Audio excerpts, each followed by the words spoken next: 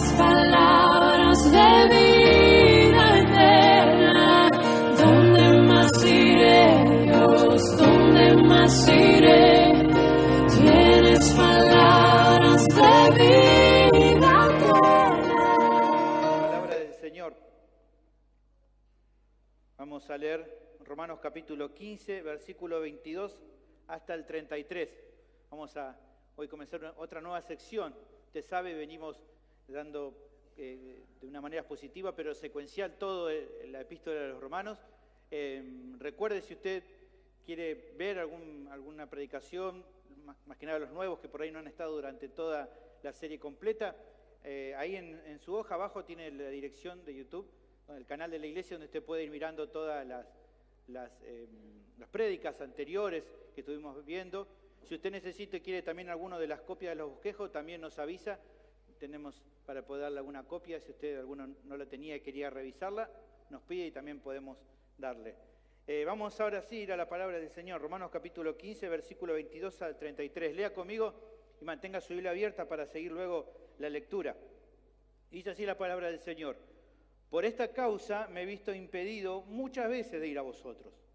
Pero ahora, no teniendo más campo en estas regiones y deseando desde hace muchos años ir a vosotros, cuando vaya a España iré a vosotros, porque espero veros al pasar y ser encaminado allá por vosotros, una vez que haya gozado con vosotros.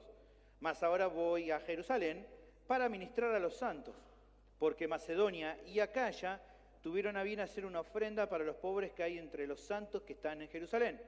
Pues le pareció bueno y son deudores a ellos, porque si los gentiles han sido hechos participantes de sus bienes espirituales, deben también ellos ministrarle de los materiales. Así que, cuando haya concluido esto y les haya entregado este fruto, pasaré entre vosotros rumbo a España. Y sé que cuando vaya a vosotros, llegaré con abundancia de la bendición del Evangelio de Cristo. Pero os ruego, hermanos, por nuestro Señor Jesucristo y por el amor del Espíritu, que me ayuden orando por mí a Dios, para que sea librado de los rebeldes que están en Judea, y que la ofrenda de mi servicio a los santos en Jerusalén sea acepta, para que con gozo llegue a vosotros por la voluntad de Dios, y que sea recreado juntamente con vosotros. Y el Dios de paz sea con todos vosotros. Amén. Oramos nuevamente y luego vamos a la palabra de Dios.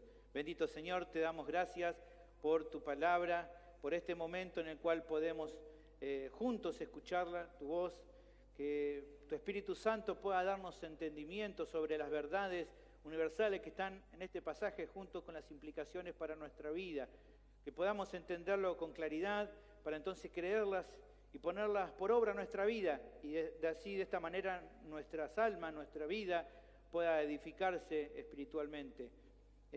Rogamos tu ayuda, tu asistencia en este momento, también que me guíes en la exposición bíblica, que pueda ser fiel a tu palabra y que realmente seas honrado por medio de esta exposición. En Cristo Jesús te lo pido. Amén. El título del sermón es Un líder espiritual es diligente en su ministerio. Es la primera parte que vamos a ver el día de hoy.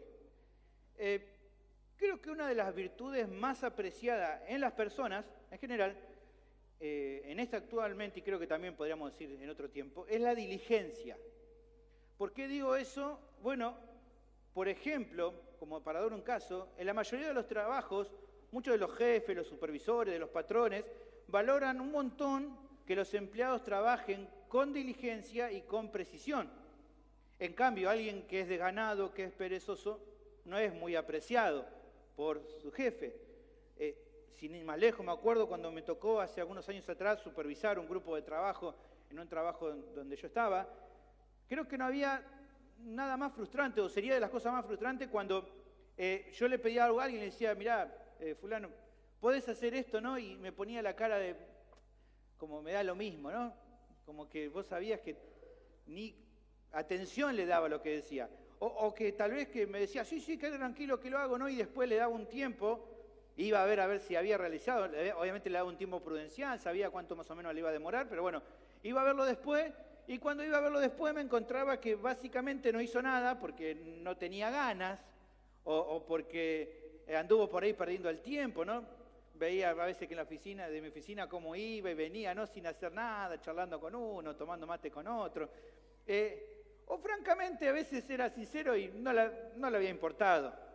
Creo que es muy frustrante cuando tenés a alguien así trabajando, ¿no? y le pedís y no te hace caso.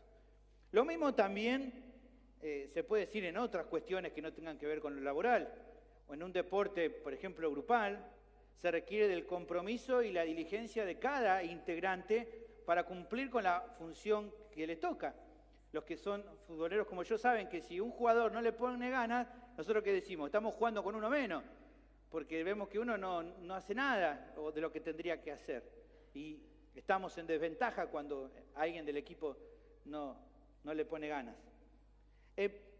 Incluso los que no son futboleros, quizás hay muchas hermanas que están aquí que a veces le ha pasado con sus hijos, ¿no? Que van y le dicen, hijito, mirá, podés hacer esto, ¿no? Y ven que no, el hijo o no le da bolilla o por ahí sí no se pone a hacerlo, así como, viste que sí, bueno, va a terminar el año que viene, ¿no? ¿Y qué hace mucha mamá? Pierdan rápido la paciencia y ¿qué le dice? Deja, dame que lo hago yo, ¿no? Enseguida se enojan y le sacan, ¿no? Porque ven que no, ¿para qué, no? Para hacerlo así, mejor ni lo haga, deja que lo voy a hacer yo. Ahora, estoy seguro que muchos dicen, bueno, ¿qué tiene que ver esto al comenzar? Bueno, algo de esto es lo que vamos a ver en el pasaje de hoy. Justamente, un líder espiritual es diligente en todo lo que hace para el Señor. Y aquí tenemos un modelo, hemos estado viendo ya acerca del apóstol Pablo. Pablo es un modelo justamente de alguien que sirve a Dios con diligencia. Y es interesante porque vamos a ir viendo qué es esto de la diligencia, qué es ser realmente diligente. Porque muchas veces tenemos una idea rara de quién es alguien que es diligente. La semana pasada les decía que venimos ya cerrando, ya desde un par de secciones de atrás, sobre Pablo que ha dado preceptos importantes y luego de haber terminado esa sección general donde él estuvo dando del capítulo 12 hasta parte del capítulo 15, varios mandamientos o cosas, ¿no? O preceptos para los hermanos, ahora se empieza a meter en temas más personales. Dijimos que toda esta sección que empezó la semana anterior y que continúa acá y que va a seguir también en parte del capítulo 16, nos abre un poco el corazón de Pablo, ya no tanto para ver temas doctrinales generales como ha hecho en el primer capítulo, temas prácticos de la iglesia, sino ahora para contarnos un poco de lo que hay en su corazón, lo cual dijimos que era muy relevante porque nos ayuda para entender cómo es realmente un líder espiritual, cómo es alguien que realmente sirve a Dios de corazón, ¿no? En este caso, en particular, en esta sección del versículo 22 al versículo 33, nos revela, nos cuenta acerca de proyectos futuros que él tiene. Y explicando también por qué, aunque ya desde hace tiempo anhelaba visitar a los romanos, todavía por qué no lo había hecho. Lo cual también es interesante para meditar. ¿Se acuerdan que estuvimos viendo en la anterior sección que él explicaba acerca de la realidad de por qué, aunque él no los había visitado, le había estado enseñando o hablando, y ahora le cuenta un poco por qué no ha ido todavía? En las explicaciones que nos brinda el apóstol vamos a encontrar varios rasgos característicos de un siervo que, motivado justamente por honrar al Señor, procura servir con un corazón apasionado e intenso para cumplir con el ministerio que se encomendó. Algo de eso estuvimos viendo la vez pasada acerca de lo que es un líder teniendo una responsabilidad, que es hacerlo con un compromiso serio. Hoy vamos a ver un poco qué es ese compromiso que él tiene con lo que hace. Y en sus palabras vamos a encontrar realmente una enseñanza que nos va a ayudar a entender con claridad cuál es la manera en la que Dios requiere que cada uno de nosotros le sirva, y así entonces podamos darle la gloria por nuestro servicio o con nuestro servicio. ¿Está bien? Creo que va a ser muy interesante ver el ejemplo de Pablo para entonces entender cómo nuestra vida también debería seguir ese ejemplo, ¿no? Porque de esta manera entonces vamos a lograr con nuestro servicio honrar al Señor. Así que te animo a seguirme con atención en el día de hoy, en esta primera parte de este sermón. El tema de este pasaje es el siguiente: un líder espiritual cumple con el ministerio que Dios le dio de una forma diligente. El líder espiritual cumple con el ministerio que Dios le dio de una forma diligente. ¿Cómo es esa diligencia que él tiene? Bueno, el pasaje presenta 5 características de un ministerio diligente, que es lo que vamos a ver. Vamos a ver algunos hoy y algunos la semana que viene. ¿Está bien? ¿Se entiende? ¿Estamos bien? Los veo algunos abanicando un poquito, ya va a pasar un poquito de calor, no se me distraiga por eso. Vamos a ver junto entonces la primera de las características de un ministerio diligente. ¿Cuál es esa primera característica? La tenemos en el versículo 22, es que entonces un ministerio diligente no es inconstante en las tareas que realiza. No es inconstante. Esta es la primera de las características. El pasaje comienza con una conexión bien estrecha con el texto anterior, con la sección anterior. Versículo 22, leemos nuevamente, dice, por esta causa me he visto impedido muchas veces de ir a vosotros. Dije que hay una clara relación. ¿Dónde está esa relación? Bueno, creo que justamente en las primeras palabras de este texto. ¿Cómo comienza este texto? ¿Qué dice al comienzo? Por esta causa. Justamente Pablo menciona esto, por esta causa, como la razón por la cual hasta ese momento él se había visto impedido muchas veces de haber llegado a esta iglesia local en Roma. Por esta causa dice que todavía no lo visité, no me he sentido impedido de poder ir a conocer, a estar presente allí en la iglesia local de Roma. Ahora, leemos así y entendemos, bueno, ok, nos queda claro, pero la duda puede presentar es, ¿cuál es esa causa? Porque aquí no la menciona. Dice, por esta causa es que entonces me impedí de poder ir. ¿Cuál es la causa? Bueno, para poder ver la causa, y ahí está la relación. En el anterior pasaje está la causa, que acá ella no menciona, pero que ya lo aclaró antes. Por eso necesitamos hacer un repaso de lo anterior para ver cuál es la causa que le ha generado que él todavía no se había sentido impedido de ir. El apóstol en la anterior sección había estado hablando acerca de la responsabilidad que él tenía y que eso era lo que lo había motivado a escribirles, aunque todavía no los conocía personalmente ni él había fundado esa iglesia local. Aún así él se había sentido motivado por la responsabilidad que tenía de escribirles. Eso lo vimos en capítulo 15, versículo 15. Él dice, más os he escrito, hermanos, en parte con atrevimiento, como dice, para hacerlos recordar por la gracia que de Dios me es dada. ¿No? Aquí da la razón de por qué les escribió. Su llamado, habíamos visto, se enfocaba a evangelizar y a plantar iglesias, pero de manera específica en las regiones de los gentiles. Su meta, él había mencionado, era predicar el evangelio donde Cristo no había sido ya nombrado para no edificar sobre fundamento ajeno, básicamente porque esta era la comisión que Dios le había dado, no porque estuviera mal, sino porque Dios lo había mandado a plantar iglesias y a predicar donde todavía Cristo no había llegado.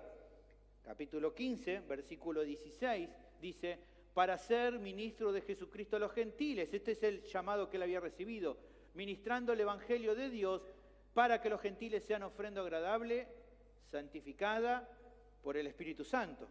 Y luego en versículo 20 dice, a partir de este llamado que recibió, dice, y de esta manera me esforcé a predicar el evangelio, no donde Cristo ya hubiese sido nombrado, para no edificar sobre fundamento ajeno.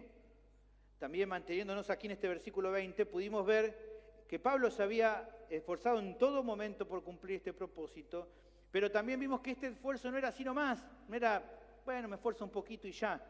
Vimos que el término que usa acá para esforzar era la palabra philotimeomai, que nos da la pauta de que lo que él hacía, lo hacía con pasión. Aquí la palabra es como con una ambición que en este caso es una ambición buena, una ambición sana, o sea, de forma denodada, poniendo todo su corazón en ello, o como lo estamos diciendo en nuestra sección, de manera diligente. Con diligencia, él se estaba esforzando por hacer esta tarea que Dios le había dado.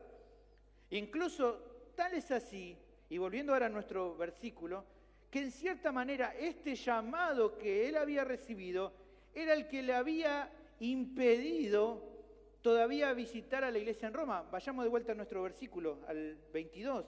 Por esta causa es que me he visto impedido, dice en el versículo 22. Ahora, es la causa lo que lo retiene y no lo permite llegar a Roma.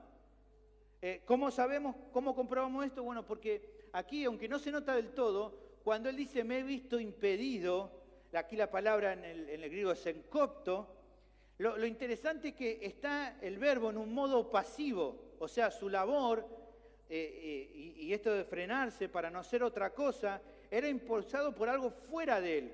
Cuando se habla en modo pasivo es otro haciendo la acción por mí. Entonces, esta idea de que él todavía estaba impedido de llegar, era porque había otra cosa que lo frenaba para hacerlo. ¿Qué era eso que lo estaba frenando como para todavía no llegar a Roma, aunque tal vez él tenía el deseo? Bueno, justamente este llamado de Dios de predicar el Evangelio y ministrar al pueblo gentil, específicamente en las áreas donde lo estaba haciendo. Detrás de su servicio, entonces podemos entender que era el Señor el que estaba dirigiendo los pasos de Pablo, que él no hacía todo lo que por ahí pensaba, sino lo que Dios le mandaba hacer. Por eso el apóstol todavía no podía avanzar a nuevas metas, a nuevos proyectos, hasta que no completara lo que ya había comenzado. En definitiva, entonces, la manera de interpretar este primer versículo, esta primera sección, se podría leer de la siguiente manera. Mirá, sería algo así. Él estaría diciendo: hermanos queridos, la realidad es que debido al llamado que he recibido de Dios de predicar el Evangelio donde Cristo no sea todavía conocido, es que me encuentro impedido hasta acá de ir a verlos. Ahora, tal vez alguno se pregunte, ¿pero por qué? ¿Por qué Pablo no podía ir a verlos? ¿Por qué que se sentía impedido? ¿Por qué había algo que lo refrenaba para poder ir a verlos? Bueno, aunque el texto no lo dice, no amplía a Pablo mucho, pienso que podemos llegar a la siguiente conclusión teniendo en mente los conceptos bíblicos y entendiendo la actitud y el corazón de Pablo. Porque justamente, si él se iba, el no terminar la tarea que Dios le estableció de llevar el mensaje de salvación en las regiones específicas en las que él la estaba realizando, no hubiera estado bien si dejaba ese trabajo inconcluso para irse a otro lugar. Él tenía la convicción de que no estaba bien. Por más que luego lo quisiera, por más que no es que él iba a dejar ese trabajo para irse de paseo, para irse a tomarse un año sabático o 5 años sabáticos, lo que sea, sino que lo que iba a hacer podía ser igual de espiritual, o incluso el hecho de que tal vez a arrancar otro nuevo proyecto, ese nuevo proyecto diera más fruto, más gente conociendo o escuchando el Evangelio. La realidad es que si él dejaba una tarea a medio terminar que sabía que el Señor puntualmente le había dado, tenía la convicción plena de que Cristo no iba a respaldar esa decisión de dejar su tarea a medio terminar. Y considero también que probablemente el texto no lo aclara, porque es muy obvio. A ver, si Dios lo había comisionado a hacer algo, lo que se espera de un líder espiritual, ¿qué es? Que obedezca y que termine lo que Dios le mandó a hacer. O sea, ¿por qué un siervo no sería obediente al Señor si el Señor le mandó a hacer algo? ¿Qué es lo que esperaría uno de un siervo? Que haga caso a lo que el Señor le manda a hacer. O sea, en la actitud aquí del apóstol, en cuanto a las decisiones que había tomado, podemos dilucidar entonces la primera característica que el pasaje menciona de un ministerio que se realiza con diligencia. Un ministerio que es diligente no muestra inconstancia con cada cosa que le toca hacer para el Señor. Lo que Dios le encomienda como un área de servicio lo hace. No lo deja a medias. No deja incompleta la responsabilidad. No deja inconcluso lo que tiene que hacer. Y esto entendemos que trasciende al ministerio de Pablo. Lo mismo puede decirse de cualquier otro miembro que cumpla una función dentro del cuerpo de Cristo, que es su iglesia, sea un líder espiritual o no lo sea. Si Dios te ha dado una responsabilidad, tu compromiso debe ser ¿cuál? Cumplir con esa responsabilidad. Porque más allá de que no cumplas va a afectar el funcionamiento de la iglesia local, que vos no cumplas con tu servicio lo va a afectar. ¿Por qué? Porque entendemos que somos un cuerpo y lo que yo hago y lo que vos hacéis influye a los demás. Lo más importante de todo es que cuando no haces lo que tenés que hacer, o cuando lo dejás a media o no lo terminás, le estás fallando al Señor que te ha dado esa tarea para hacer. En definitiva, detrás de lo que cada uno de nosotros está haciendo, más allá de que la iglesia nos va dirigiendo y nos va ayudando a establecer las tareas que tenemos, detrás de eso está Dios, otorgándose la gracia para hacer eso, dándote los dones y la capacidad de poder realizarlo. Es así. Fíjate lo que dice, sea cual sea la actividad que te toque dentro del cuerpo, el que establece cada una de las funciones es el Señor, es Dios. Fíjense, hay en un pasaje precioso donde nos cuentan sobre el Dios Trino, vemos ahí en 1 Corintios 12, del 4 al 7, las labores del Dios Trino, de Dios Padre, Dios Hijo y Dios Espíritu Santo, obrando y estableciendo las funciones dentro de la iglesia local, de cada miembro. Dice, ahora bien, hay diversidad de dones, pero el Espíritu, está hablando del Espíritu Santo, es el mismo, el que reparte a cada uno. Hay diversidad de ministerios, pero el Señor, aquí está hablando de Cristo, es el mismo el que se encarga de repartir los ministerios a cada uno. Y hay diversidad de operaciones, pero Dios, aquí está hablando de Dios Padre, que hace todas las cosas en todo, es el mismo. Dios Padre dando la capacidad para realizar, Dios Hijo estableciendo los ministerios que cada uno tiene, y el Espíritu Santo, Dios también, dando los dones que se necesitan para cumplir con ese ministerio de acuerdo a la capacidad que recibimos. Finalmente, versículo 7 dice, pero a cada uno les da la manifestación del Espíritu para provecho. Cuando aquí habla de provecho, la idea que está hablando es para el provecho de los demás, para el bien común, como lo dice Biblia de las Américas, creo que es más claro. El Espíritu Santo manifiesta esa actividad de cada uno para que cada uno de nosotros sirva, para que entonces todos juntos nos beneficiemos del trabajo que cada uno de nosotros realiza. El llamado de Dios, entonces, como estamos viendo, a ejercer nuestros dones y ministerio, es lo que entonces, así como a Pablo también se lo hacía, a nosotros nos empuja a servir fielmente en algo, a no dejarlo a medio hacer, a cumplir con lo que Él nos manda hacer, a no andar saltando de rama en rama, a no abandonar las actividades porque no nos gustan, porque nos aburrimos, o de hacerlo mal, o de no cumplirlo por, como decimos nosotros, pintó otra cosa. No es esa la manera. Hacerlo mal, no hacerlo, o dejarlo a media es algo que no se espera de un líder espiritual. Y por ende tampoco de un creyente que quiera honrar al Señor con un servicio que sea fiel para Él. Y me pongo a pensar, ¿no?, en esto que Pablo, fíjense que en solo este versículo les da la explicación de por qué todavía no los ha ido a visitar, aunque tiene muchas ganas de ir. Quizá, no sé si te pasó, yo me puse a preguntar, ¿por qué Pablo no dio mayores explicaciones o trató de dar una justificación más amplia por el hecho de que hubiera pasado un tiempo considerable y todavía no los había visitado si tanto lo deseaba? ¿Por qué no explicó más? ¿Por qué no dijo, bueno, porque pasa que esto y no podría haber explicado más? ¿Por qué él no pensó que capaz que con una explicación tan cortita como este versículo ellos no se iban a ofender? ¿Por qué? ¿Por qué solamente dijo esto y él entendió, bueno, los romanos me van a entender? ¿Por qué? Bueno, me imagino que porque con lo que ya él expresa acá es más que suficiente.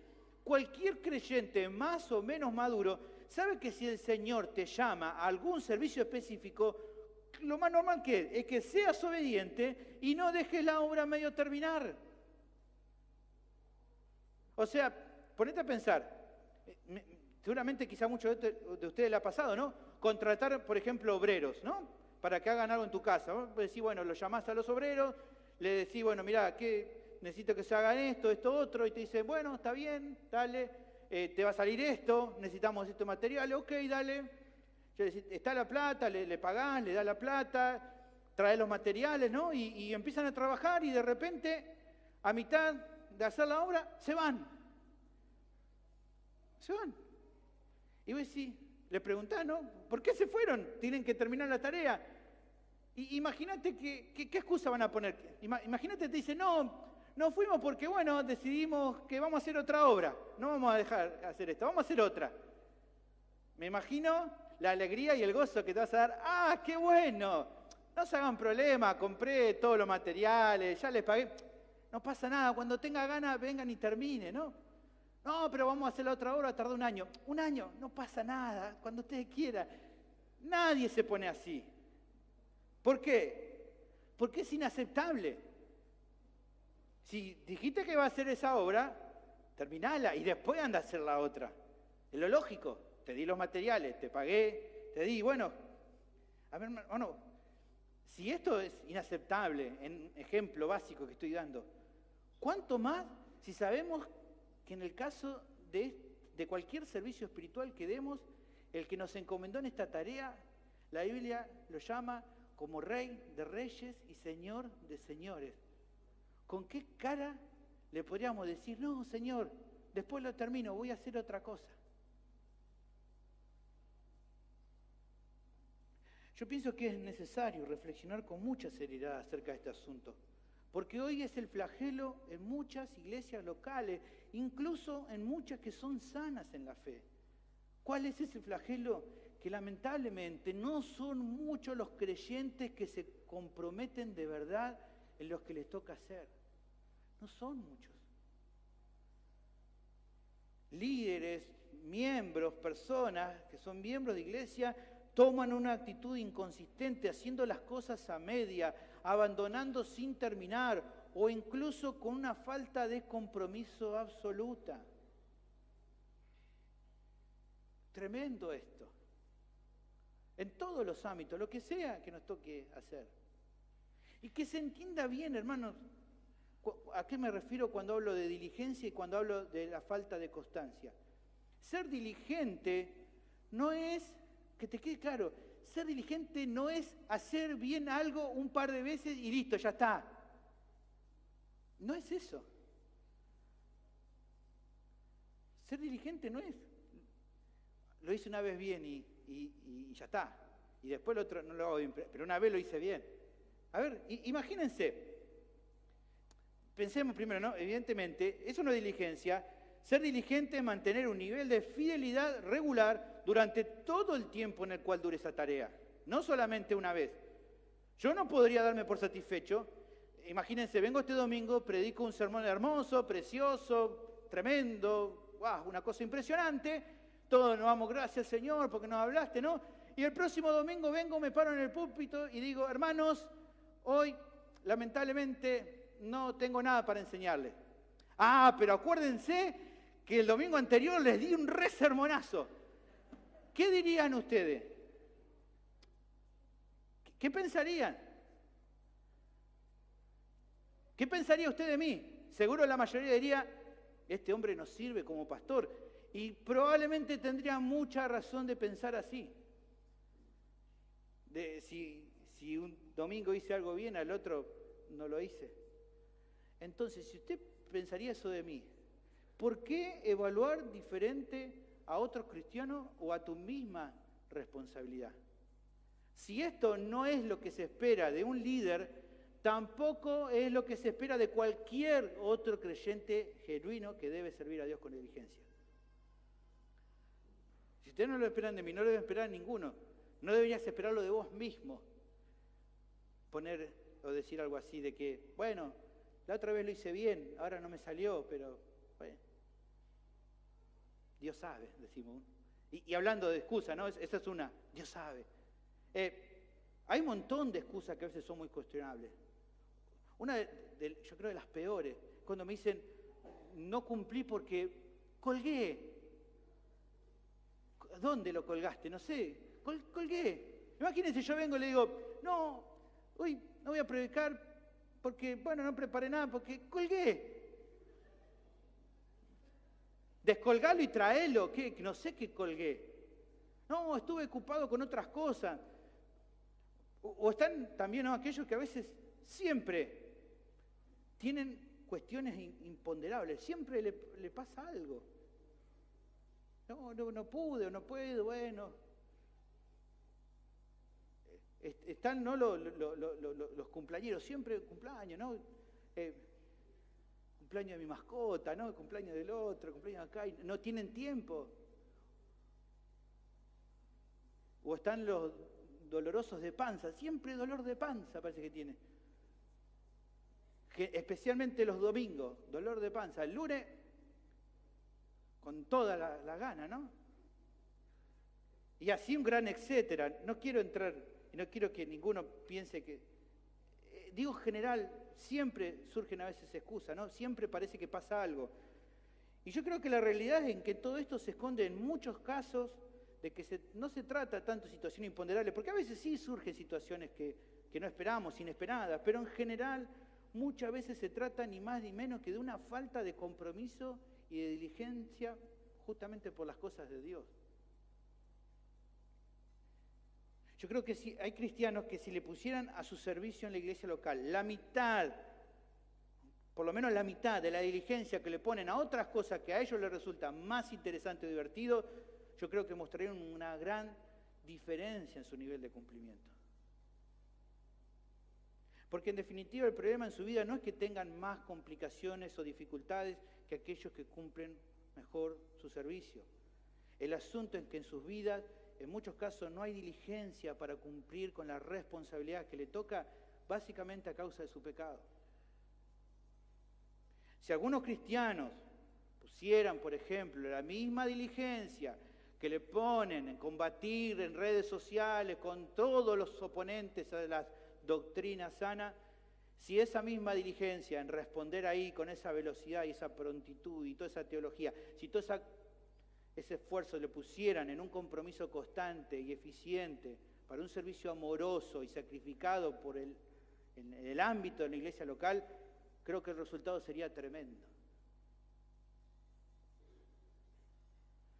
O si tuvieran la misma actitud respecto a sus trabajos seculares, a los que realizan en la iglesia local, es más que seguro que cada iglesia local crecería mucho más.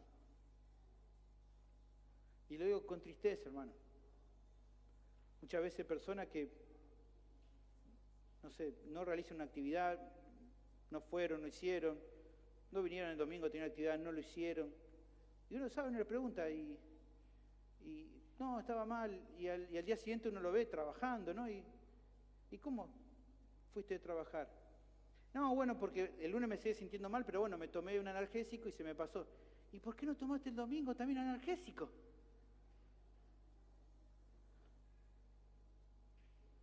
Creo que si todos, o si muchas de estas personas tomaran esto, creo que la congregación crecería mucho más, pero lamentablemente no lo es, no pasa.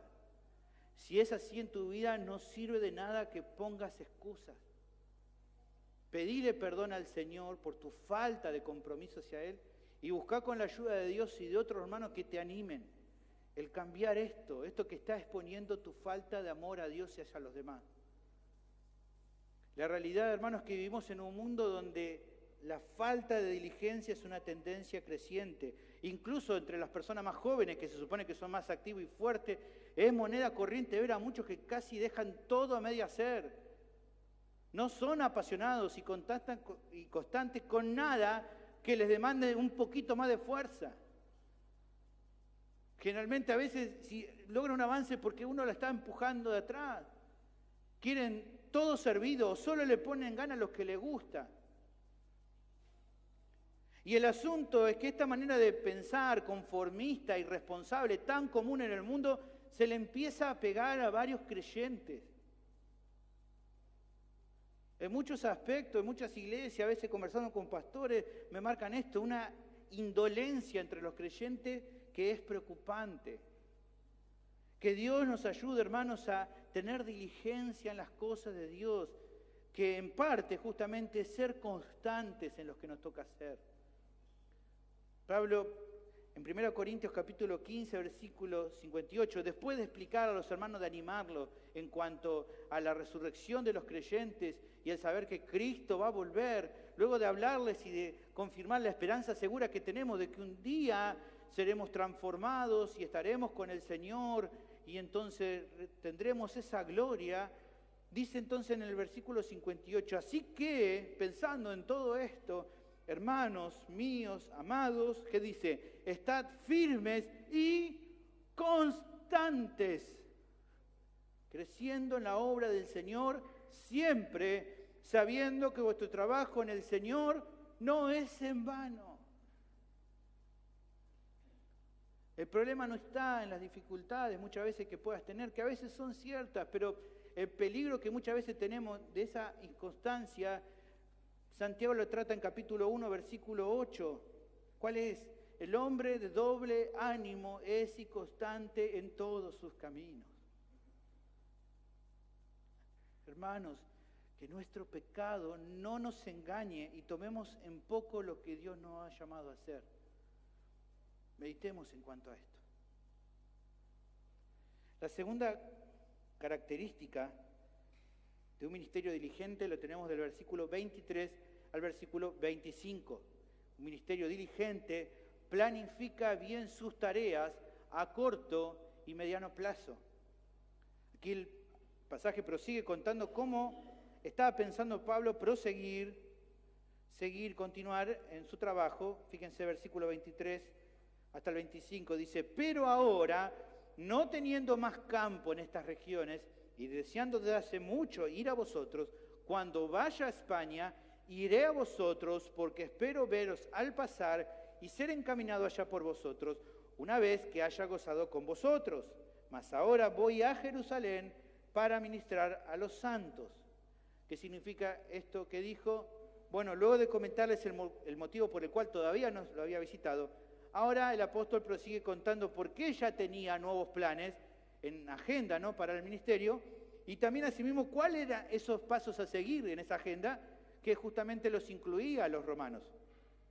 Respecto a por qué ya tenía pensado nuevos planes, lo que podemos notar es que si tenía en mente nuevos servicios para Dios, era básicamente porque en su conciencia estaba seguro que su tarea en las regiones que había estado ministrando ya se encontraba completa. Él expresa aquí en estos primeros versículos que ya no tenía más campo en estas regiones para hacer esta labor que Dios le había encomendado. Ya él había contado que desde Jerusalén hasta las regiones de Ilírico había cumplido la meta de anunciar el Evangelio. ¿Se acuerdan? Capítulo 15, versículo 19, hablando acerca de las señales de los apóstoles, con potencia de señales y prodigio en el poder del Espíritu de Dios, de manera, dice él, que desde Jerusalén y por los alrededores hasta Ilírico, todo lo he llenado del Evangelio de Cristo. Cumplí con la tarea que se me había encomendado. Había completado esa obra. Por lo que ahora entonces, habiendo completado esa tarea, iba por más. Iba a continuar llevando a cabo su ministerio entre los gentiles en nuevas regiones.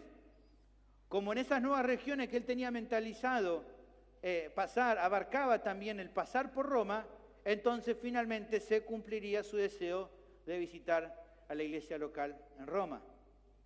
Pero antes de comenzar este viaje a una nueva región, donde él menciona España, un destino nuevo dentro del Imperio Romano en el que todavía Cristo no había sido anunciado, le quedaba, antes de hacer este nuevo proyecto, algo más. No iba a ir directamente todavía, sino que iba a volver para atrás y visitar a Jerusalén, por un motivo que vamos a ver en la siguiente sección. Había algo que todavía tenía que hacer antes de hacer este otro proyecto de ir a España y pasar por Roma. Primero, tengo que volver, dice, a Jerusalén a ministrar a los santos. Así que ya tenemos una idea de cómo eran los planes del apóstol. Ya habiendo completado la tarea en las regiones que se encontraba, lo próximo que iba a hacer entonces, ¿cuál era? Ir a Jerusalén para ministrar a los hermanos allá, y luego de eso su plan era evangelizar a España, y en ese trayecto iba a pasar por Roma para pasar un buen tiempo con ellos, y para además, de acuerdo a la buena disposición de los hermanos de la congregación, dice el texto, poder ser encaminado por ellos. Así dice él en el versículo 24, porque espero ver al pasar y ser encaminado allá por vosotros. Es interesante porque nosotros vemos esto de encaminarse. ¿Qué significa esto? Bueno, el término que se usa aquí en el original para ser encaminados es la palabra en griego propempo. Se refería a la recepción que hacían los creyentes, iglesias locales, de misioneros itinerantes, como lo era por ejemplo Pablo, para ayudarlos en su viaje. Ellos le daban amorosamente recursos para poder continuar con su viaje. La idea de encaminar es recibir a alguien, ayudarlo y darle recursos materiales, incluso personas a veces que se agregaban al viaje para ayudarlo en el resto del viaje. Eso es encaminar. Lo vemos, por ejemplo, en Tercera de Juan capítulo 5, versículo 6, otro ejemplo donde se usa esta misma palabra. Aquí en este caso Juan está elogiando a Gayo y elogia su hospitalidad. Y fíjate lo que dice. Le dice Juan a Gayo: amado, fielmente te conduces cuando prestas algún servicio a los hermanos, especialmente a los desconocidos, los cuales han dado ante la iglesia testimonio de tu amor, y harás bien en encaminarlos, aquí está, propempo, como es digno de su servicio a Dios, para que continúen su viaje. ¿Ven? Aquí Gayo era alguien que cumplía esta tarea de recibir a misioneros itinerantes y encaminarlos para que sigan con su viaje. Cuando una iglesia local, hermanos de la iglesia encaminaban a un misionero, le proveían de todo lo que pudieran para colaborar con su ministerio. De esta manera vemos que ambos grupos eran sin duda necesarios, los que llevaban el mensaje del Evangelio por el mundo y los que los apoyaban materialmente para que pudieran realizar esta tarea. Solamente a modo de ilustración, pensando esto, es como unos que bajaban al pozo para rescatar a los que estaban perdidos y otros que les sostenían las sogas para que estos pudieran bajar. Todos igualmente de útiles, ¿no? Y de importantes. Algunos sosteniendo y otros cumpliendo con la tarea de ir. Volviendo a lo que estamos viendo, ahora habiendo entendido estos versículos, considero que podemos determinar, ¿no? Entonces, algo que estaba muy claro en lo que Pablo está diciendo aquí. Si leíste conmigo y ahora que entendiste cada cosa, era claro qué cosa. Que Pablo tenía una agenda bien organizada. Y si bien él sabía que Dios podía cambiar sus planes como Dios quisiera, y por eso, evidentemente, fíjense que por más que él deseaba ir a Roma, todavía no había ido, evidentemente porque Dios no se lo había todavía dado. Por más que Dios pudiera cambiarle los planes como él quisiera, eso no quitaba en que el apóstol se organizara pensando cuáles serían sus próximos pasos a seguir. Por más que Dios es libre después de cambiarnos los planes como él quiere, así todo, Pablo estaba organizado. En este concepto entonces nos encontramos con la segunda característica de un ministerio diligente. ¿Cuál es? Planifica bien sus tareas a corto y mediano plazo. Fíjense, es solamente una manera de ilustrar. No pienso, ¿no? Que si imaginariamente podríamos viajar en el tiempo, encontrarnos con Pablo y le preguntáramos, ¿no?, acerca de sus planes en el momento de la redacción de la carta, yo creo que vamos a obtener respuestas muy concretas de su parte. Si le preguntamos qué fue lo último que hizo, ¿qué diría él? Completó su labor en las regiones donde estaba. A corto plazo, ¿qué pensaba hacer? Bueno, ir a Jerusalén para cumplir con una tarea especial.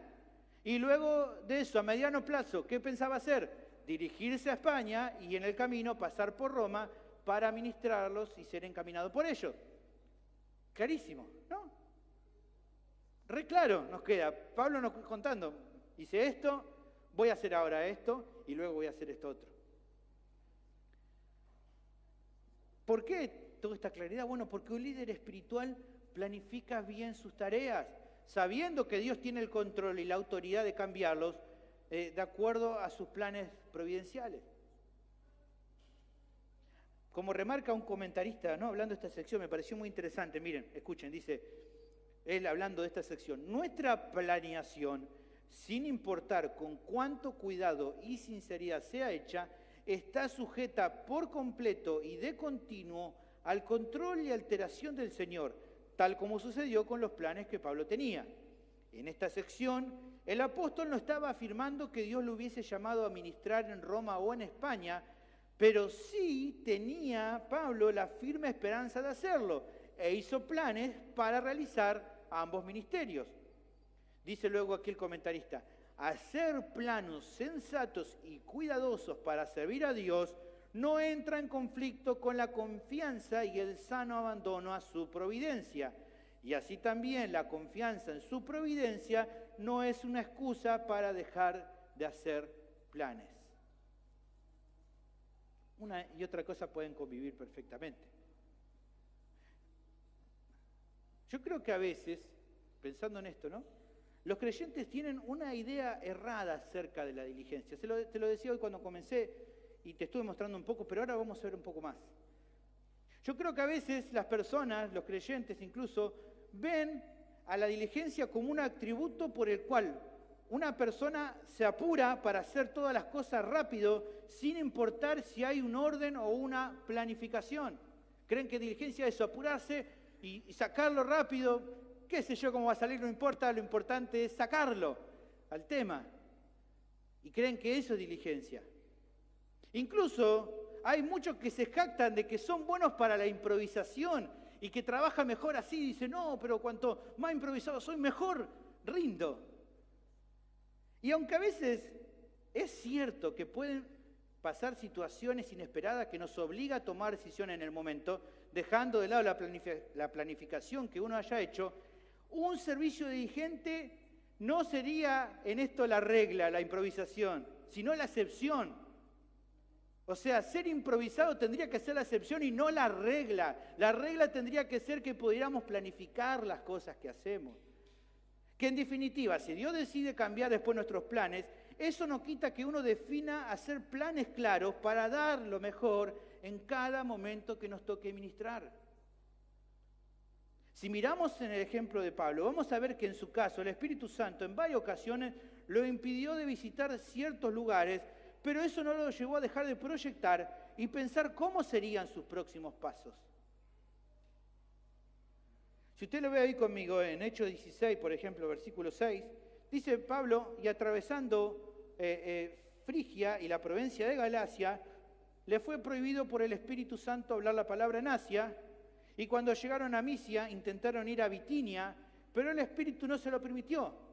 Y pasando junto a Misia descendieron a Troas. Algunos alegan decir, bueno, el Espíritu Santo entonces me encamina para donde tengo que ir. No, lo que Pablo decide acá, el ir a Troas, era el único lugar como para donde podía ir. El Espíritu Santo le marcó por acá, no.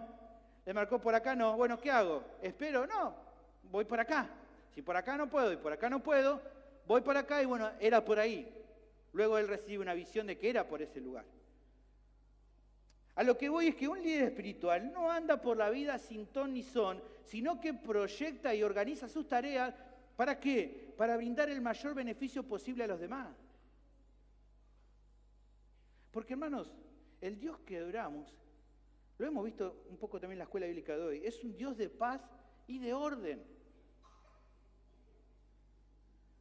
En 1 Corintios capítulo 14, versículo 33, me gusta la versión NBI como lo dice. Fíjense, dice, porque Dios, dice Pablo, no es un Dios de desorden, sino de paz.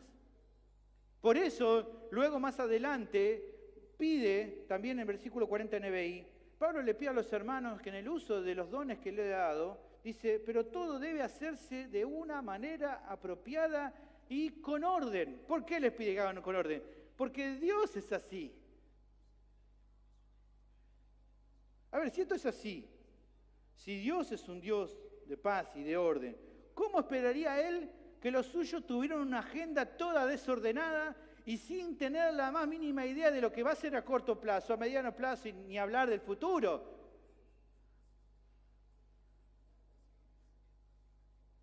Si Él es un Dios de paz y de orden, ¿cómo esperaría que, si alguien me pregunta a mí, ¿y Sergio qué haces mañana? ¿Qué sé yo? No, dejo que Dios me guíe. No, sí, Dios me va a hacer lo que Él quiera hacer, pero esto no quita de que yo tenga que organizar mis cosas. Sin duda, creo que al pensar en esta característica, es interesante revisarlo en nuestro contexto, y especialmente en nuestro contexto, Argentina, aquí nosotros.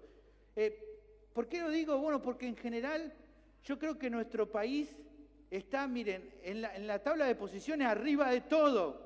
Campeones o casi campeones seguro en cuanto a la improvisación y la falta de planificación. Somos de la élite entre los improvisados y los que no planificamos mucho. Incluso esto se ve, usted lo ve en los ámbitos de gobierno. Se ve gente completamente improvisada, que todo el tiempo cambian sus planes, cambian su discurso, a veces de un día para otro, incluso pasan un par de horas y cambian su discurso, y debido a esos cambios presentan primero un proyecto, después un proyecto que cambia este proyecto, y después otro proyecto que cambia esto, o un decreto que anula el otro decreto, y parecen un falso apóstol todo el tiempo decretando y haciendo decretos que sacan y anulan el otro decreto. Un desastre. Uno ve y se da cuenta de que todo el tiempo están planificando o haciendo cosas o determinando cosas a partir de lo que sale. ¿Sale bien? Seguimos por acá. ¿No sale bien? Bueno, cambiamos. No se estima si se podrá o no lograr con algo que se propone. Usted ve todos los años que todos los años salen noticias cuando se tiene que discutir y aprobar el presupuesto anual. ¿Qué dicen? Ya ni se matan en volver a decirlo porque saben que es todo un dibujo ese proyecto. Ya dejen de decir, ¿para qué vamos a votar si sabemos que es una mentira? Que está todo dibujado, que es incumplible. Ya todos lo saben. Se sabe de entrada que son incumplibles. Pero creo que esto no solo le cabe a nuestros gobernantes, son un reflejo de lo que somos como sociedad. En muchos ámbitos de nuestra sociedad se nota personas que viven sin una mínima planificación de sus cosas. Y esto incluso a veces se ven creyentes. Y yo creo que el problema no está en falta de recursos o de información para organizarse y planificar mejor las cosas. Tiene que ver con el mal que está dentro todavía de nosotros. Es nuestro pecado el que se revela contra el orden y la planificación responsable de las cosas, porque justamente esa actitud va en contramano del carácter de Dios. Porque nosotros no queremos en nuestra lucha, en nuestra carne, ser como Dios desea, ordenados como Él es orden. Usted lo ve en la Biblia, una de las cosas clarísimas en la Biblia, de las doctrinas más importantes y que interpretamos, es que claramente notamos en la Biblia que el Señor ha diseñado un plan desde la eternidad misma, que se está llevando a cabo justamente en el orden y el tiempo que Él en su soberanía ha establecido y planificado. ¿De qué hablamos muchas veces cuando hablamos de la Biblia? ¿Cuáles son los mensajes centrales? El plan de Dios de salvación, un plan que estableció de la eternidad, que un día tendrá un final, pero que se da dando todo en su tiempo y a su manera, y que nunca se sale de cauce. Fíjense, por ejemplo, Pablo dijo en Romanos capítulo 5, versículo 6, porque Cristo, cuando éramos débiles, a su tiempo murió por los impíos. En el tiempo que Dios ha establecido, Él vino al mundo a morir por los pecadores. Luego en Gálatas 6:9 Pablo alienta a los hermanos y le dice, hermanos, no nos cansemos pues de hacer el bien, porque a su tiempo cegaremos y no desmayados. Y un tiempo en el cual vamos a cegar a partir de lo que hicimos. Y luego fíjense en 1 Timoteo 6, 14 y 15, hablando del Señor Jesucristo, que guardes el mandamiento sin mácula ni reprensión hasta la aparición de nuestro Señor Jesucristo, lo cual a su tiempo mostrará el bienaventurado y solo soberano Rey de Reyes y Señor de Señores. Dios ha establecido un tiempo cuando Cristo volverá. Ya está planificado. Es algo que Él lo tiene en su completo entendimiento y conocimiento y que no nos ha dicho, pero sabemos que va a pasar, porque Él así lo ha tenido planificado.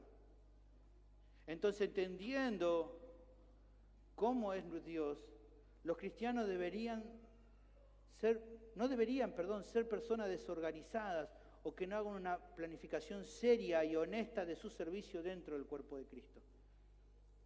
Y digo seria y digo honesta, y lo digo a propósito porque a veces incluso planificamos un montón de cosas que nosotros también sabemos que son meta incumplibles, porque queremos hacer de todo y sí, hacemos de todo, todo mal. Hermanos, no debemos rebajar la situación. Es tan importante esto para Dios como es que nos guardemos en santidad en otras áreas que también son sensibles e importantes. Solamente cuando no rebajemos esto y le demos la seriedad que corresponde, que vamos a poder tomarlo como algo para hacer morir, si justamente tu caso es el de ser alguien que no se esfuerza por planificar bien su servicio. Hermanos, un líder espiritual no se puede dar el lujo de no planificar sus actividades si realmente quiere ser de edificación para los hermanos a los cuales les toca ministrar. Esto lo he comprendido hace muchos años y le he pedido mucha ayuda al Señor. Si realmente quiero ser de edificación para ustedes, tengo que planificar mis tareas. Si no, no voy a hacer de edificación como debería. Pero también esto le cabe a tu vida. ¿Querés servir a Dios de una manera que lo honre? Bueno, entonces, abandoná ese desorden personal y tu improvisación recurrente y comenzá a planificar tu servicio para ser una herramienta útil en sus manos. Él puede cambiar tus planes, claro que sí, pero que no pase que estés tratando con tu falta de planificación usando eso como excusa. Sé sabio, por favor, en esto. Y quisiera remarcar algo antes de avanzar a la próxima sección. Como yo recientemente mencionaba, Dios ha determinado un plan. ¿Por qué ha determinado este plan? Porque, bueno, evidentemente entendemos que cada ser humano requiere la salvación. Él estableció este plan porque nosotros, la principal necesidad que tenemos es el perdón de nuestros pecados, la salvación de nuestras almas. ¿Por qué? Porque hemos visto hoy en la predicación del sermón de Ezequiel, todos estamos bajo condenación a causa de nuestros pecados. No nos alcanza para cumplir el estándar que Dios requiere de justicia. Es por eso que Él planificó y hace 2000 años envió a su Hijo Jesús al mundo. Cristo Jesús vino y vivió una vida perfecta. Y murió en la cruz, como hemos visto hoy, como nuestro sustituto. Pero al tercer día también resucitó con poder. Dios había planificado que eso iba a ser así. Ahora Él está a la diestra del Padre y un día volverá para redimir a los suyos y juzgar a todos los que le dieron la espalda para condenarlos eternamente en el infierno. Por eso tu necesidad, si todavía estás sin Cristo, es volverte de corazón a Él en arrepentimiento y fe. ¿Por qué? Porque solo en Cristo Jesús hay perdón de pecados y vida eterna. Solamente en Él. Por eso te animo, vení hoy a Cristo, por favor. No esperes más.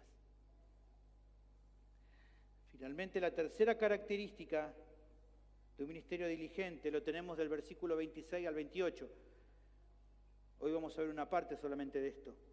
Un ministerio diligente, dijimos, que planifica en la anterior sección, planifica bien las cosas, planifica bien a corto y mediano plazo sus tareas, pero también ahora vamos a ver que establece con cuidado las prioridades en su ministerio, en su servicio. Planifica con cuidado las prioridades. Finalmente, en esta primera parte que vamos a ver hoy, veamos cuál era el motivo por el cual el apóstol iba a visitar a Jerusalén, para luego de eso embarcarse en este nuevo viaje misionario que planeaba hacer a mediano plazo. Versículo 26 nos cuenta cuál es el motivo por el cual él, antes de ir a España y pasar por Roma, va a ir de vuelta a Jerusalén a ministrar los santos. Dice versículo 26, porque Macedonia y Acaya tuvieron a bien hacer una ofrenda para los pobres que hay entre los santos que están en Jerusalén, pues les pareció bueno y son deudores a ellos, porque si los gentiles han sido hechos participantes de sus bienes espirituales, deben también ellos ministrarles de los materiales. Bueno, resulta que las iglesias locales en territorio gentil de dos regiones, aquí mencionan Macedonia y Acaya, dice, ¿qué iglesias había en Macedonia y Acaya? Como para que usted se haga una idea, alguna de las conocidas, Corinto estaba en esa zona, en Acaya, Filipos, los filipenses estaban en Macedonia, Tesalónica también estaba en estas regiones. Ellos, varias iglesias locales de esas dos regiones, habían determinado hacer una ofrenda de amor para ayudar a la iglesia local en Jerusalén, donde a partir de una situación complicada había muchos hermanos que estaban pasando una necesidad extrema. Esto lo podemos ver un poquito en Hechos capítulo 11, versículos 27 y 28. Dice, en aquellos días unos profetas descendieron de Jerusalén a Antioquía, y levantándose uno de ellos, llamado Agabo, daba a entender por el Espíritu que vendría una gran hambre en toda la tierra habitada, la cual sucedió en tiempo de Claudio, como para el 45, 46 después de Cristo pasa esta situación. Recuerde usted, la iglesia en Jerusalén se forma con las personas que van a Pentecostés, los hermanos se quedan ahí y entonces empieza a formarse la iglesia y algunos lo que hacen al principio está todo bien porque algunos empiezan a vender sus propiedades y con eso van ayudando para todo, pero bueno, se empiezan a quedar con pocos recursos.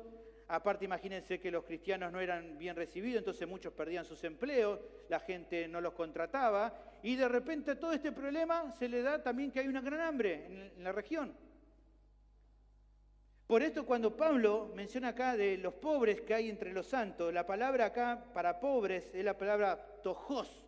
Tojos, cuando usa esta palabra de pobres, está usando una palabra que da la idea de personas que estaban en las peores condiciones posibles. Cuando habla de la pobre no habla con poca plata, no está diciendo argentinos, pobre así, no, está diciendo de los peores pobres, o sea, como ya en un estado de mendigos completamente. Así estaban personas creyentes en Jerusalén debido a esta situación tan grave que estaban pasando. Las dos regiones mencionadas, evidentemente no estaban en la misma situación, por lo cual habían determinado juntar donativos y enviarlos. Si usted ve en las cartas de Pablo hay varias menciones a la preparación de esta ofrenda que estaban por hacer. Por ejemplo, en 1 Corintios 16:1 habla en cuanto a las ofrendas para los santos. Aquí está hablando de los santos en Jerusalén, los pobres, que Pablo habla en nuestro texto. Haced también como ordené las iglesias en Galacia. Luego, en 2 Corintios 8, del 1 al 4, tenemos más detalle de cómo Corinto se estaba preparando y cómo también los filipenses, los macedonios, en verdad, también se estaban preparando. Dice: asimismo, hermanos, os hacemos saber la gracia de Dios que se ha dado a las iglesias de Macedonia, que en grande prueba de tribulación, la abundancia de su gozo y su profunda pobreza abundaron en riqueza de su generosidad, pues doy testimonio de que con agrado han dado conforme a sus fuerzas y aún más allá de sus fuerzas, pidiéndonos con muchos ruegos que les concediésemos el privilegio de participar en este servicio para los santos. Nuevamente, aquí está mencionando a los santos en Jerusalén. En Macedonia, especialmente entre los filipenses, había gente bastante pobre, pero incluso no tan pobre como los que estaban en Jerusalén. Por eso incluso teniendo poquito, eso poquito sacaron para ayudar a los hermanos. Pablo cuenta, le decía: no, pero si ustedes están... No, Pablo, por favor, déjanos ayudar, queremos ayudar. Y Pablo fue muy conmovido por ver la actitud generosa de los filipenses, que aún teniendo poco, de ese poco decidieron ayudar para este servicio para los hermanos en Jerusalén. Luego vemos también en 2 Corintios capítulo 9, versículo 1 y 2, Pablo anima, ¿no?, a los hermanos en Corinto para que ellos también preparen, porque parece que la iglesia en Corinto fue como la que tomó la idea, como la que dio la idea de decir: bueno, vamos a empezar a hacer esta colecta, y ellos se engancharon y otras iglesias alrededor escucharon y también quisieron hacerlo. El problema, como muchas veces pasa, tiraron la idea, pero después como que medio que no lo estaban haciendo, pasó un año. Y entonces Pablo dijo: bueno, muchachos, ustedes tienen la idea, ahora vamos, vayan juntando porque ya los otros lo escucharon y ya tienen preparado su ofrenda, faltan ustedes. Ustedes habían comprometido a hacerlo, háganlo.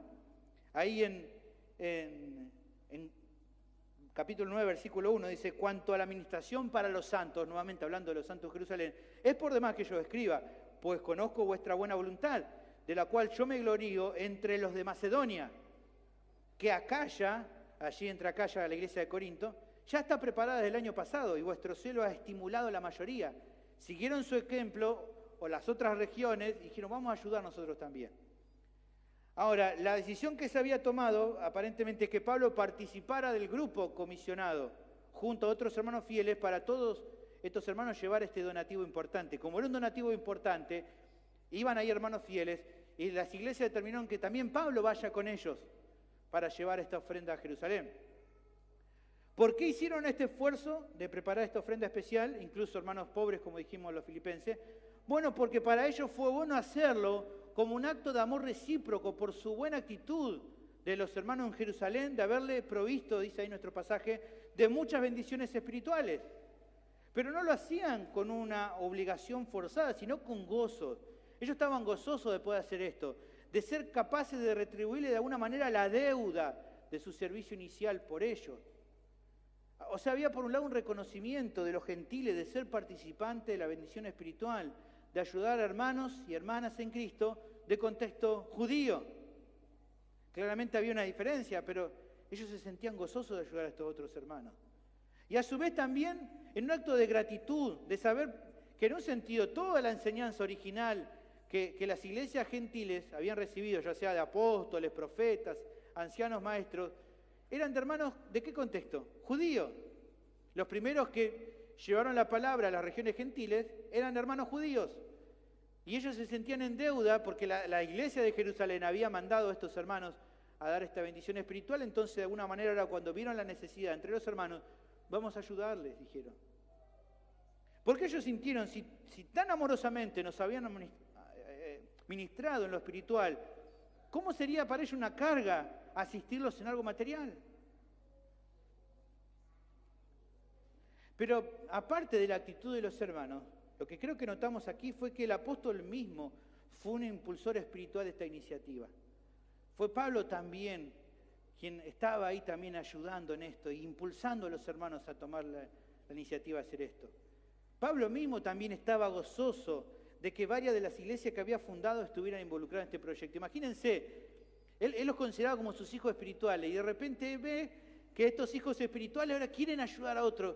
Qué gozo que hay en el corazón de él decir, wow, acá están, estos son mis pollos, ¿no? Van para adelante y van a juntar y quieren servir a la iglesia local en otro lugar. ¡Qué bendición! Y él se sentía re gozoso de ver una buena actitud de los hermanos. Y por eso, durante la preparación, él estuvo animando y exhortando a los hermanos a esforzarse por cumplir con lo que se habían comprometido a hacer. Por esto, era él mismo que se había propuesto colaborar activamente en este proyecto. Ahora que había terminado la obra de predicar el Evangelio en las regiones que había dicho, se había involucrado de lleno en este proyecto.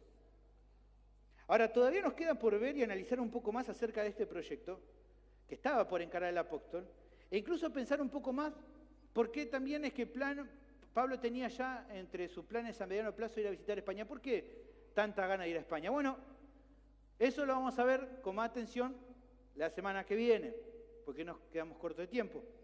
Pero creo que ya en lo visto podemos ir notando la tercera característica de un ministerio diligente en un líder espiritual. Ese ministerio diligente se muestra en que establece con cuidado las prioridades en su ministerio.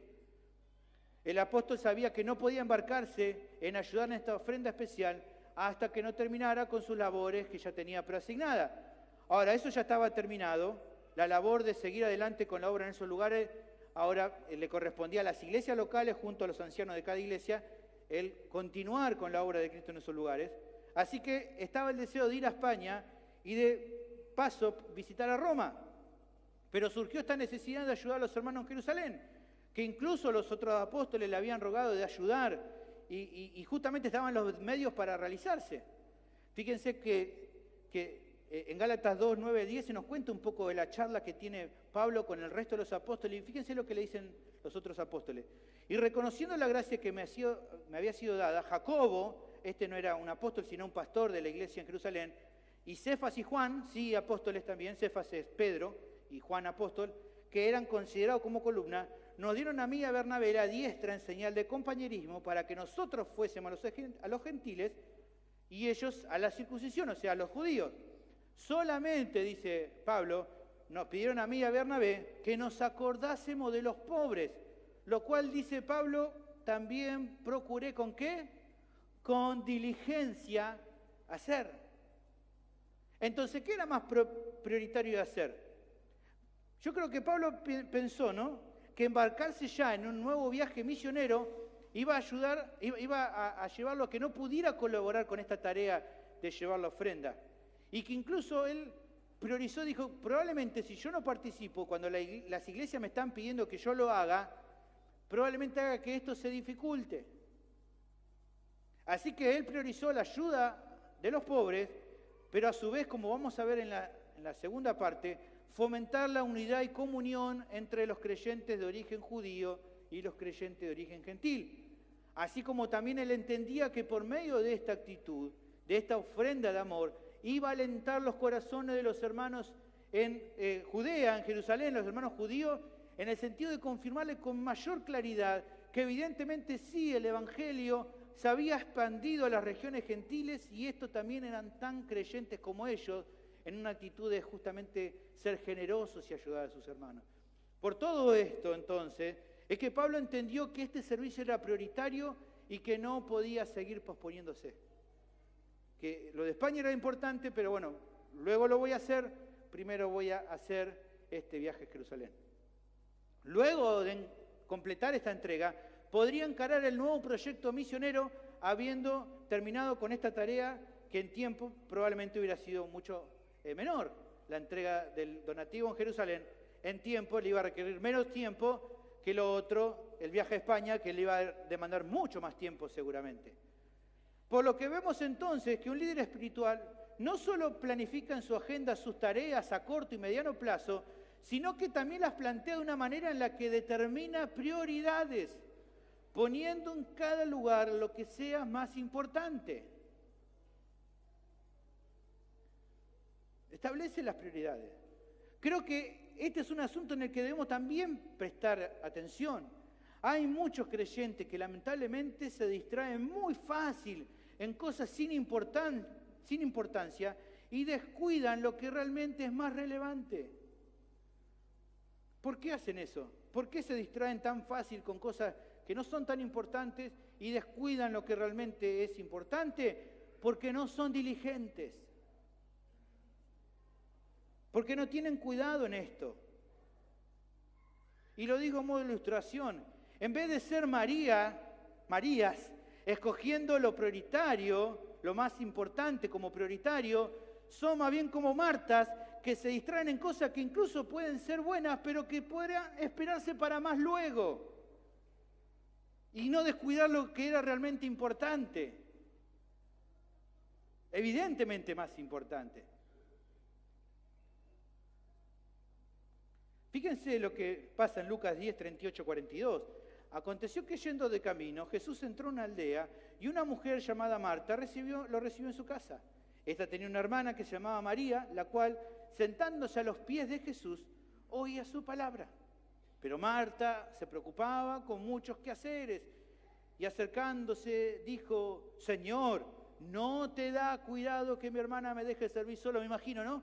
Jesús hablando, María recibiendo la palabra, estaba Jesús hablando, ¿no? Y no sé por qué me la imagino a Marta como cerca, así como haciendo ruido para molestar, a ver si se daba cuenta de María y se levantaba, ¿no? Y como que ya no aguantó más Marta, dijo: Jesús, decile a Marta que venga y me ayude. Decile a María, perdón, que venga y que me ayuda. ¿No te da cuidado, Jesús? Respondió Jesús y le dijo: Marta, Marta, afanada y turbada estás con muchas cosas. Pero ahora solo una cosa es necesaria. ¿Hay muchas cosas para hacer? Sí, qué bueno. Pero hay que priorizar. ¿Y cuál era la prioridad en ese momento? Escuchar a Jesús. Eso era lo prioritario. No es que limpiar esté mal, porque ya algunos van a decir: entonces yo sigo el ejemplo de María y no limpio mi casa. No, que tenga su casa limpia. Pero importante, lo prioritario que es escuchar cuando Jesús tiene para hablarle por medio de su palabra. Es importante que usted diga: bueno, mañana ya veré qué hago, ¿no? No, mañana es importante que usted planifique sus labores, pero ahora es importante que no piense en lo que va a hacer mañana. Deje que Dios le hable hoy. Esté atento a lo que Dios le está hablando. No esté moviéndose todo el tiempo, incómodo. Presta atención. Porque hay muchas cosas para hacer. Pero ahora solo una cosa es necesaria: escuchar la voz de Dios. ¿Y saben qué? Jesús le dice: María ha escogido la buena parte, la cual no le será quitada. Jesús dulcemente le está diciendo a Marta: ni cuente ahora con María. María ha escogido poner en prioridad lo que es prioritario, entre muchas otras cosas. Yo creo que a veces personas que justamente fallan en esto, no solo que se distraen en cosas que no son tan importantes, dejando lo importante, descuidándolo, sino que incluso tratan mal a otros que tomaron la decisión más sabia en cuanto a definir prioridades, como le pasa acá a Marta y María. Yo creo que tenemos que tener cuidado con esto, hermano. Que el ejemplo de Pablo nos anime a priorizar lo que más vale la pena y dejar para el siguiente paso lo que pueda esperar un poco más. Yo creo que con la ayuda de las Escrituras, de la oración, de lo cual vamos a hablar con más detalle la semana siguiente, y del consejo de hermanos maduros a los cuales podemos escuchar con humildad, vamos a poder ir aprendiendo algo que quizás en nuestro tiempo no nos enseñaron bien. Yo creo que muchos no somos diligentes porque no hemos tenido una educación, quizás en nuestra casa, quizás en el ambiente que nos movemos acerca de esto, pero puede mejorar esto. Realmente Dios está interesado en hacerlo. Todavía hay tiempo para cambiar y mejorar con la ayuda de Dios. Estoy convencido que con la gracia del Señor cada día podremos mejorar más en esta cosa que hemos visto en el día de hoy y que vamos a seguir viendo la semana que viene. Oremos. Bendito Señor, te doy gracias por tu palabra que nos anima, que nos habla a nuestra vida, que a veces, como hoy nos habla a nuestro corazón, sobre cosas que tal vez pensamos que no son tan importantes, pero que entendemos que son de tu agrado, el cuidar, el pensar, el reflexionar. Ayúdanos, Señor, a meditar en esto, a no ser oidores olvidadizos, sino hacedores de tu palabra, y de esta manera edificarnos como cuerpo tuyo. Bendecí este tiempo final de alabanza, que podamos alabar y exaltar juntos tu nombre. En Cristo Jesús te lo pido. Amén.